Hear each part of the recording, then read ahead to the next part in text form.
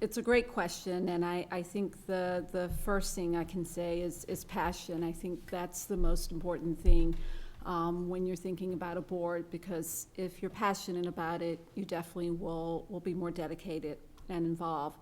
There are, of course, other things that I think are important and maybe what you're searching for, whether it's a resume building or an opportunity to meet different people or just connect with various resources. And so there are other factors that you can look at, but I think passion is really at the top.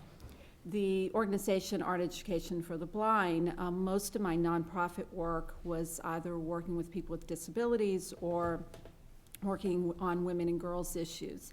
And I worked for Recording for the Blind and Dyslexic, started out in their DC office and then moved to their headquarters in Princeton, and got to know a lot about the visually impaired community. So that was something that was very close to my heart.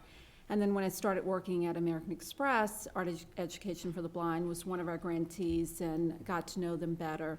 And the opportunity to combine both the arts and something I was passionate about when I was in the nonprofit field was just perfect.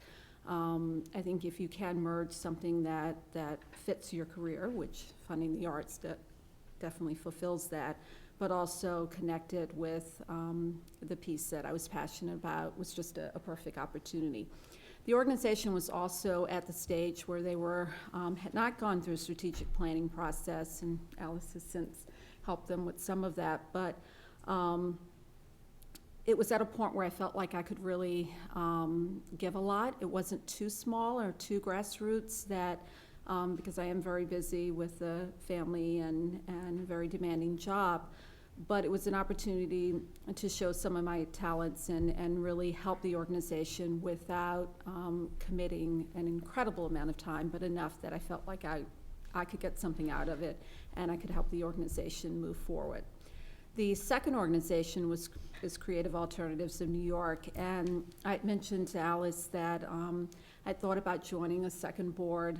Being a funder, you can probably imagine I'm asked very often to serve on boards, but I think it's really, really important, again, to think about the time commitment and what you're really interested in. And though there's been a wealth of wonderful organizations that I could have considered, I really wanted to be able to give back to something, again, that was close to my heart. And some of my nonprofit work had been working with underprivileged children or women and girls in domestic violence situations, and Creative Alternatives of New York uses drama therapy to address various issues like domestic violence and child abuse or physical or mental disabilities. And so again, it merged with drama therapy relating to the arts and another topic that I was very passionate about.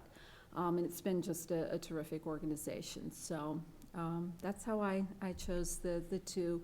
I'll just make one last point, that I think that people do often try to join too many boards at one time, and I think it's again, you have to look at what kind of time commitment and what the responsibilities are, and it's good to want to be involved. And I know people on 4, 5, 6 boards, but I'm sure we'll talk a little bit later about the type of boards, and there are some that you can be there in just a fundraising capacity or another capacity, and you may be able to join more. But at this point in my life, 2 is what I feel like I can give a commitment to, and there are other ways to volunteer or be involved in an advisory committee capacity if you want to do more. But I think it's good to start out with 1 and then gradually add on a second.